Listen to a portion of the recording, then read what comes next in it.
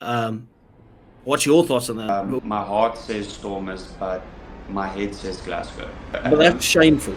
That is absolutely shameful. And then we disagree again. I've got Munster to do it.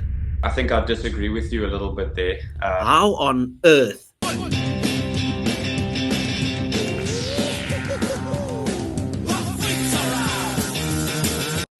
Welcome back to Saffa's Unscripted. The new Saffa's Unscripted for now. We've got our second episode of this one. Robin, welcome back, my man. How did you find just kind of speaking to the camera the first time around? Was it like a thing that you had to adjust to, or did you just find it fun? Yeah, no, 100%. It was definitely something I had to adjust to. It felt like I was back in school doing onvoorbereide mondeling. I'm surprised I even remember that Afrikaans word. But yeah, I mean, I guess the more you do it, the better you get at it. I'm more used to in-person sort of things. So just talking to a camera is a bit weird. But, you know, you don't get better without practice. So hopefully I can just, continue getting more confident with camera and, take it from there. Yeah, of course. And people, we do appreciate your love and support on the previous video. Thank you for sticking by us. Join the journey if you haven't joined again. As you know, we're just fans, South African rugby fans that come together and we just talk a bunch of shit. So if that's your type of thing, please do consider hitting that like and subscribe button. Go to our socials. You can just click the link in the description. It'll take you straight to the socials and you can go and show us some love and support there as well if you like the short form stuff. But Robin, we've got a massive weekend of rugby. We've got 3 South African teams representing in the URC quarterfinals. And on the one side, you kind of have a tough draw, right, for the Stormers. And on the other side, you've got, I wouldn't say guaranteed, but the likelihood of a South African side going through into the final is sky high on the other side. What's your thoughts on just the South African teams, the fact that we have 3 of them? Well, I mean, it's great. If you look at last year, we had 2. So always getting another team in there in the quarters is definitely a positive for South African rugby. It would be nice if we had the Lions as well. But as we know, with squad depth, it's a bit hard for them to maintain their momentum throughout the season. What's great is how the pools, the quarterfinals are situated at the time. Not for a Stormers supporter, but obviously as a South African supporter, you like to see that there's South African teams that can go on to the semi-finals without having to play each other and knock each other out. So that gives more opportunity for us to be in a final, which is great. On one hand, you've got 2 home semi-finals. If both of the South African teams end up winning, they play each other at Loftus. And then on the other hand, you've got the Stormers who play Glasgow in a cold, wet Scotland. So it's going to be very interesting to see what happens in these games. And I'm super excited for the weekend. Yeah, well, let's get into it, right? So, first game of the weekend, you've got Glasgow taking on the Stormers. Glasgow at home, defending champions. Stormers, we've got a bit of momentum, right? Glasgow, they've lost a couple of games, but they've got a couple of big boys back. You look at the fact that Sione Tuipulotu is back, which is a massive name for them. You look at the fact that the Stormers don't travel well. Do you reckon we have it in us? This is a repeat of last season's quarterfinal, obviously, as well. Do you back the boys to get it done, or do you think Glasgow's kind of got this one? Look, as a Stormers supporter, I've always got to back them. It is going to be tough. Glasgow are a phenomenal team, especially when playing at home. We've got Damian Willemse that's out due to a red card ban.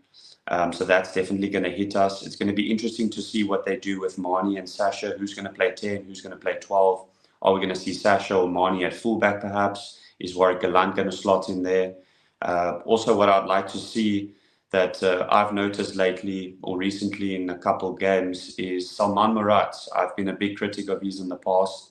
So has a couple other South Africans that make content. And he's really stepped up in the past few games. He carries well. He's been making his tackles, staying injury-free. So I'm hoping to see a big game from him and him leading his side to a victory there in Scotland.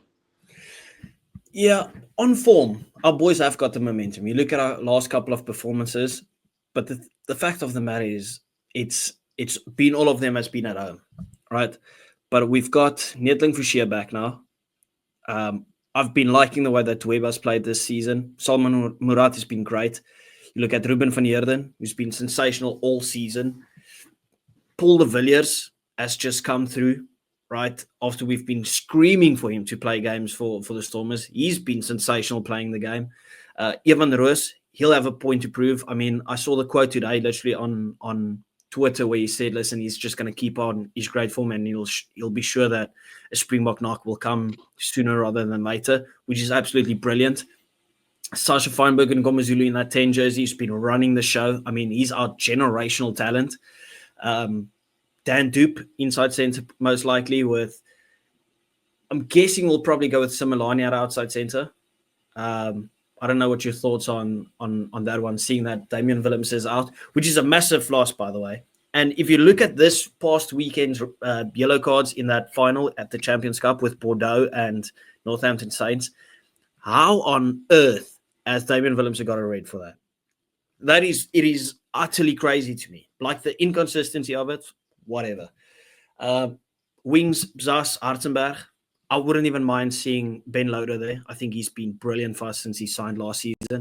And then Warwick Kalan, probably on form, the best fullback in the URC as from the South African franchises. So we've got the team. I think it's more just this mental thing, this mental block that we have to get over. Because as far as I remember, I don't think we've beat Glasgow, have we? Especially not on the road. Yeah, no, definitely not on the road. I can't recall if we have beaten them or not. What I will say is it's interesting you have Dan Dupe playing inside centre. I'm trying to get in the head of Dabo and what he would be thinking. If we do have Sasha Feinberg and Mani Lebok in the same team, that takes a bit of the pressure off of Mani having to kick. So that's definitely a positive. So do you think we would see Sasha Feinberg being moved to that 12 position? Is that an option for us with Dan Dupe on the outside centre? Well, people, obviously this video is going out on Friday, but we're speaking now on Tuesday. So we haven't seen the lineups or anything. But I would be pretty disappointed seeing Sasha in that 12 jersey. Just he is the Springbok 10. He has to play 10. Like we can easily say, okay, well, we can have a team of Mani at 10, Sasha at 12, and for instance, like Damian Willems at 15. But I just go like, Sasha, you take that 10 jersey, bring Mani off the bench if you have to. He's been there, he's done it. Like I'm not one of those guys that's lost all trust in Mani. I would love to see Mani, but I'm going either you start Mani at 10 and bring Sasha off the bench as player 23 with an impact as an impact player, or you start Sasha and bring Mani off the bench, however you want to play it. But I don't want to see us moving Dan Dupe to 13 again to accommodate Sasha at 12, where Sasha all of a sudden has to switch his game from his natural 10 position. Play Sasha at 10 or Mani at 10, the other one on the bench. And you just do if you want to, then you can swap. Maybe Sasha ends the game at 12, but I want to see him operate in that 10 jersey. That's just my opinion on it. What's your thoughts on that? Would you actually switch it around and have Sasha play in the centers? Yeah, I think I disagree with you a little bit there. I think you're thinking more in Sasha's good interests. What's best for him? We want to see him be a phenomenal 10 for the Springboks. He has played a couple games for the Springboks and played really well. So do I. Future Dan Carter potential there. However, when it comes to a Stormers season that's been iffy, we found ourselves lucky enough in a quarterfinal playing against Glasgow, which is a phenomenal team, reigning champions from last year. I mean, why wouldn't we want the likes of Amani Lebok and Sasha Feinberg and Ngomazulu playing alongside each other, both taking some of the calls, sharing the kicking duties when it comes to kickoffs, line kicks and pole kicks, just to take the pressure off one another and then just express themselves the Stormers way. We're not going to be able to change anything overnight. We're not going to be able to change the way we play or how we attack this game. Let's go there, guns blazing, with all our attacking prowess. The fact that Damien is out even more, even guides my opinion more in the fact that we should have these two players playing at the same time. That's but you just know my what holds it opinion. back a bit? The fact that they haven't played together this season like that. Not as far as I can remember. You know, so do you say, okay, their talent is enough to just slot in and do the job like that? I know they have played like that before, but I mean, Similani's been decent this season. He's been very good, right? So you've got a proper centre combination in Dan Dupe. By the way, I think Dan Dupe is phenomenal, and I think he's 10 times better when he plays inside centre, right? But obviously, you have to have Dan Dupe there, and when Damian Willems is there, you either have to accommodate for him at 12 or at 15. But now you've got Dan Dupe and Similani, who's been a very good pairing for us this season, right? They've done serious damage in attack. I do think that Similani has question marks surrounding his defense, but I think that of the entire Stormers team. If you look at the soft tries that we concede and everything, we have to fix up defensively. So do you reckon you just say, okay, well, we know the talent and we know what they can offer potentially, but you're running that risk of like, if this misfires, it's going to look bad because now you big game, right? Defending champions, and you're doing something that you haven't done all season. That's kind of the way that I'm thinking about it, where it's like, I'll just go with the structure that we know. It's gotten us here. You look at the recent form of the players that's been playing in that structure, in that system. I'll just back that system and then make straight swaps. Yeah, I mean, look, we're going to find out on Friday. Obviously, this video comes out on Friday, so we're going to find out exactly what the team would be. I think either way, it'll be a decently strong team. For me, it just comes down to the fact that we've got more ballers on the pitch at the same time. I want to see that. I want to see us go back to that sort of rugby that the Stormers were known for in the first 2 years of the URC when we made the finals. That's the type of rugby we were playing. That was the type of people we had in the team. So having the likes of those players, I mean, yes, you're correct. They haven't been playing together in that combination, but these are professional rugby players. They should be able to adapt really quickly when the team needs them. So personally, I'd like to see that combination, and we'll have to wait and see what the team sheet says. But your thoughts on that combination when we refer to the defensive setup, because now you've got GLASGOW, who's probably one of the best attacking teams in the world when it comes to attacking rugby, right? Like, they are persistent. They don't kick the possession away. They take it. They knock on the door. And it's just playmaking after playmaking there. And I've got Sione Tuipolatu back. Do you want him kind of running at a defense that centre pairing that hasn't really played together this season? Or do you think, well, we would have sorted that out in the 2 weeks that we've had to prepare for this game now?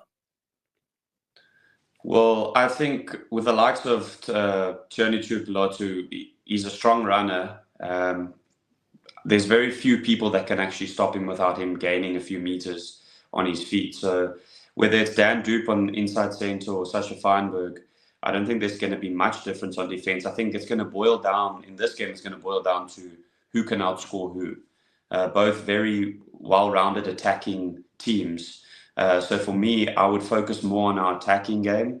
Hence why I would have these two players in the team to create a bit of variation, especially if we've got Warwick Alliance at 15 as well, maybe Suleiman Artenberg on the wing.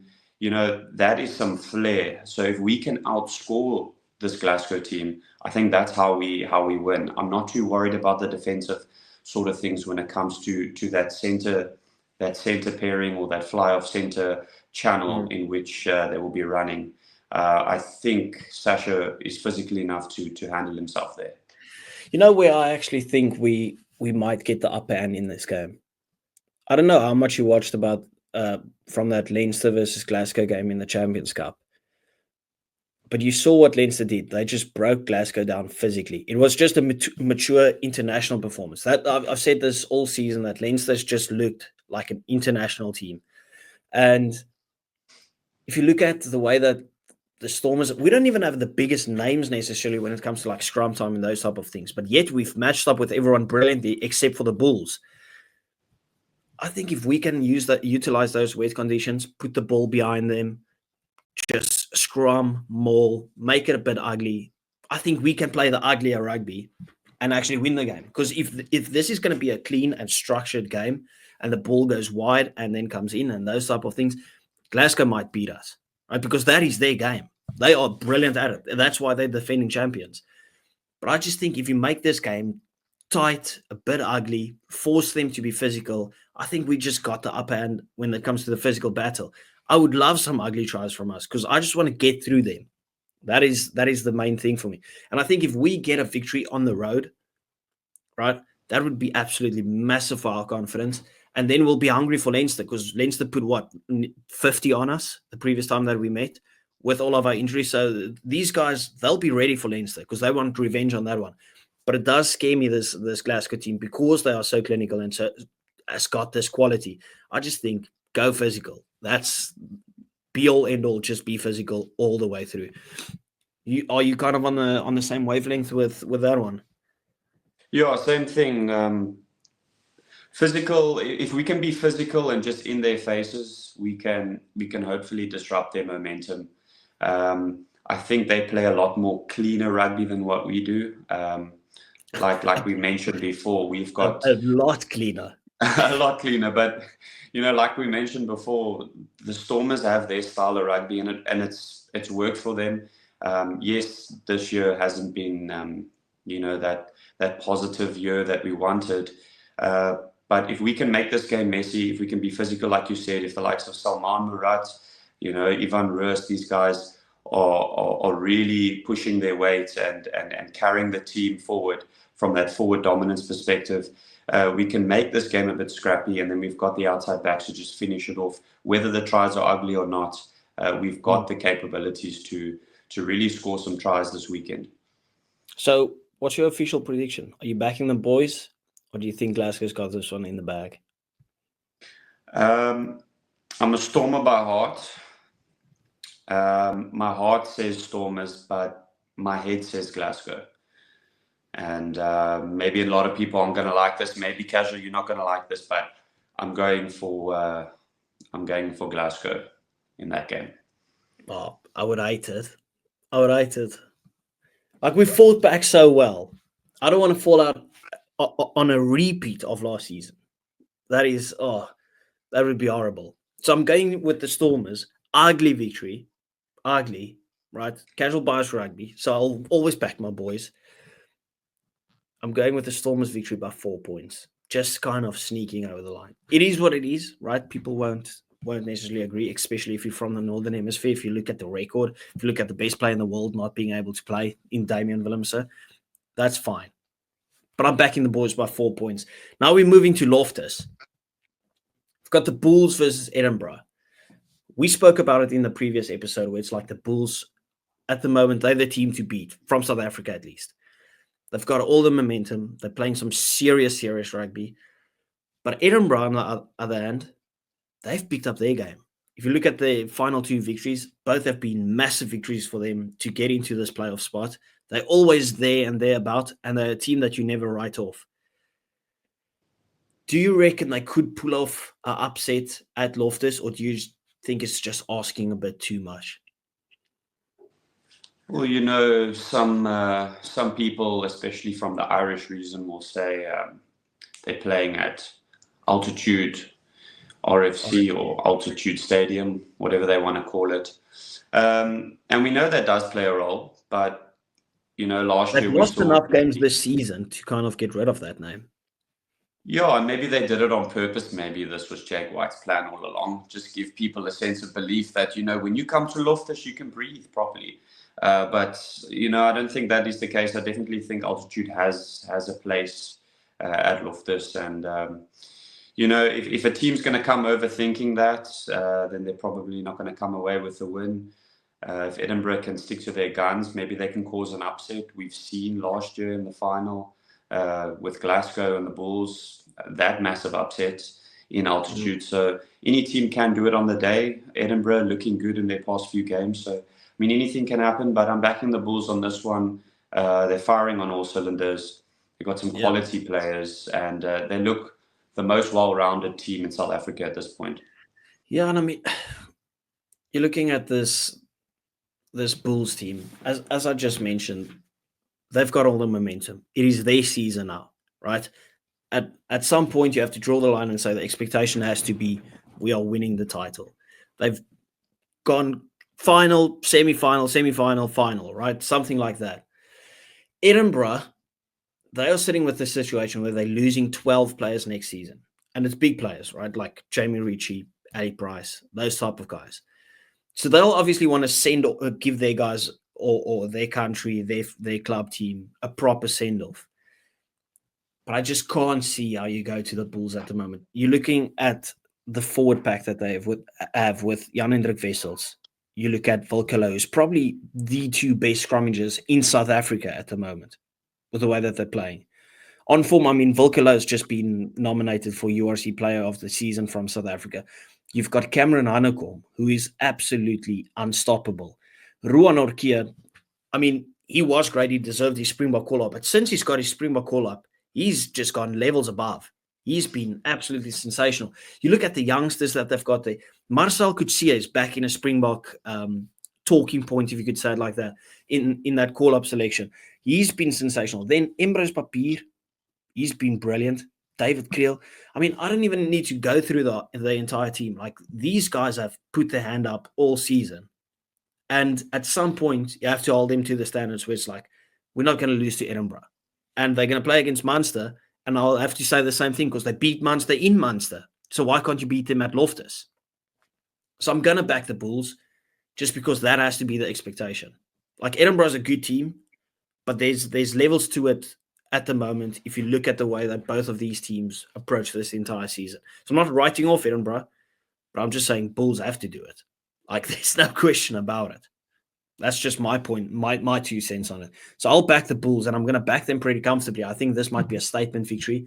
I'll go Bulls by about 14 points. Might even be more, but you just know they usually just drop off in the final 15 minutes, 10, 15 minutes, which they can't afford. I think I'm most confident in the Bulls out of all the South African teams. Like I said, they're well-rounded. They play a good brand of rugby, physical, but also an attacking threat. Got a couple youngsters with some old heads as well, bringing that experience.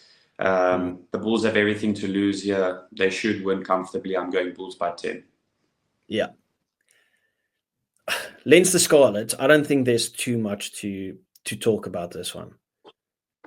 Like, the Leinster, ever since they lost in the Champions Cup, been a scary team. Very scary team. It looks like a team that's hurt, and they're going out to cause some more damage. Scarlets, they've been impressive. They deserve to be there with the season that they've had. In terms of expectation before the season and realistically where they've ended up, they'll be so happy, so proud. Right? This is something to build on. But you can't look past Leinster. This is their tournament. I've called it from the start that this is going to be the tournament that Leinster wins. Like, they'll finally get a victory. So obviously I'm backing Leinster. It's just a matter of by how much. And I think this might be a bad scoreline. And I don't mean this disrespectfully to Scarlets. It's just Leinster had one off game and they lost it. The rest of the season, they've been brilliant. Yeah, I think it's a foregone conclusion. For me, it's going to be a hefty score in the favour of Leinster. They're hurting after the Champions Cup being knocked out of that. They haven't won the URC in a couple of years. Ever since South African teams have joined, they've won absolutely nothing. Like you mentioned, you said, this is their year. They want to make a statement. They probably were looking at winning both tournaments, URC and the Champions Cup. I think they're going to put all their eggs in one basket. Probably going to start Geordie Barrett every game now, and they're not going to make the mistakes in the past. So, yeah, probably Leinster by 30 points for me.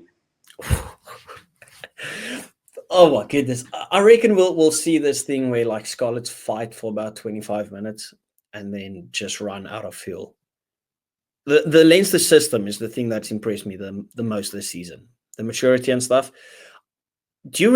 This is an interesting question. Do you reckon Leinster go full strength?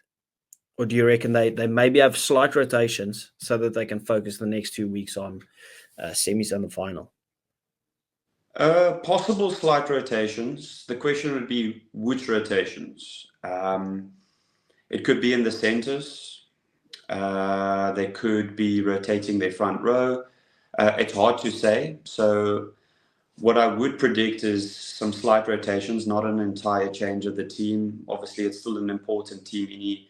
Important game. Any team can win on the day. So we won't see too many changes, I don't think. But maybe some slight rotation to, keep some key players fit and healthy for that semis when they face the Stormers. Yeah, they might not. Yeah, I heard that. They will be facing the Stormers. Yeah, they might go like a slight rotation in terms of testing out the combination between Geordie Barrett at inside centre and Robbie Henshaw at outside centre. They might give Hugo Keenan a little break and put Geordie Barrett at 15. Because Geordie Barrett and Ergis Snyman is going to play those 2 games. That's exactly why they signed them, right? Because they're just the best and they don't represent Ireland. So, yeah, I agree to an extent that we'll see some rotation, but overall, we might have this situation where it's like Gibson Park plays on the bench. Like the big names are just on the bench and then they just finish the game. I think we're going to sit with this situation like that.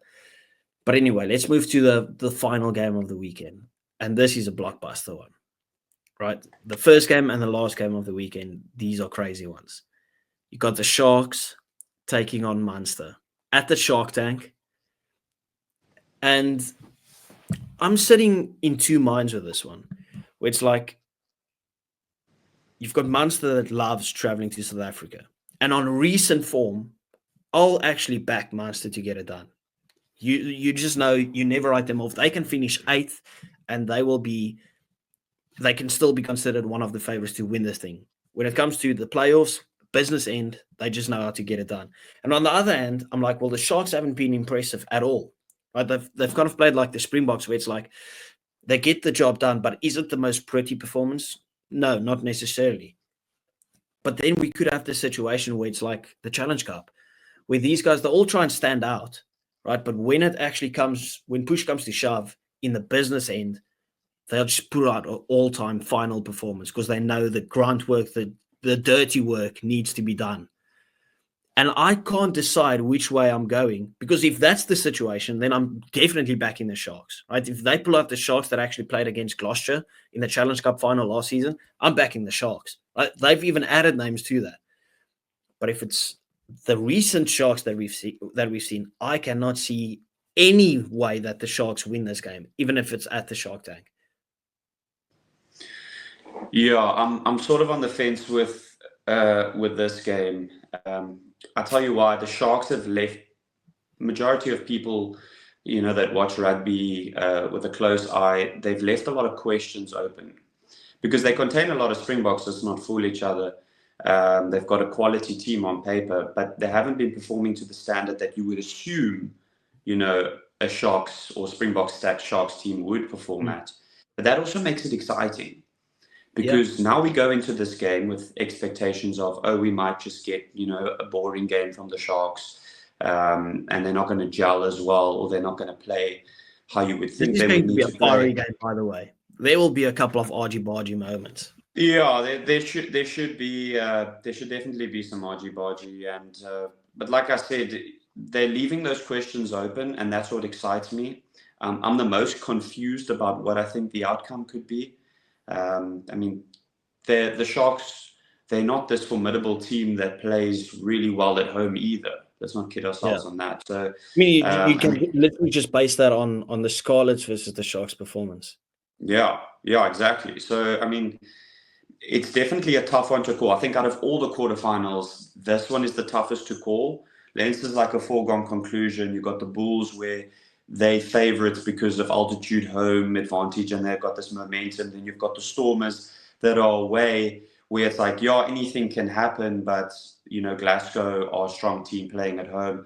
And then you've got the Sharks, debates. Are they going to win? What sort of performance are they going to put in? Are the Springboks going to stand up? It's a tough one to call for me, but it's exciting because I'm like, there's a lot of questions that need to be answered, and they could be answered in spectacular fashion for us all on this weekend. Yeah.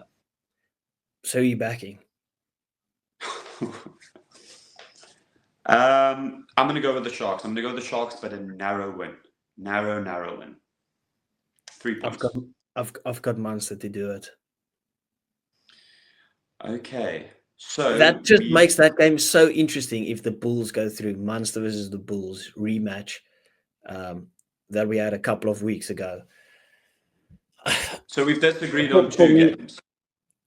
Let's just make that apparent quickly for everyone. We've disagreed on 2 games. I say that Glasgow's going to beat the Stormers. But that's shameful. That is absolutely shameful.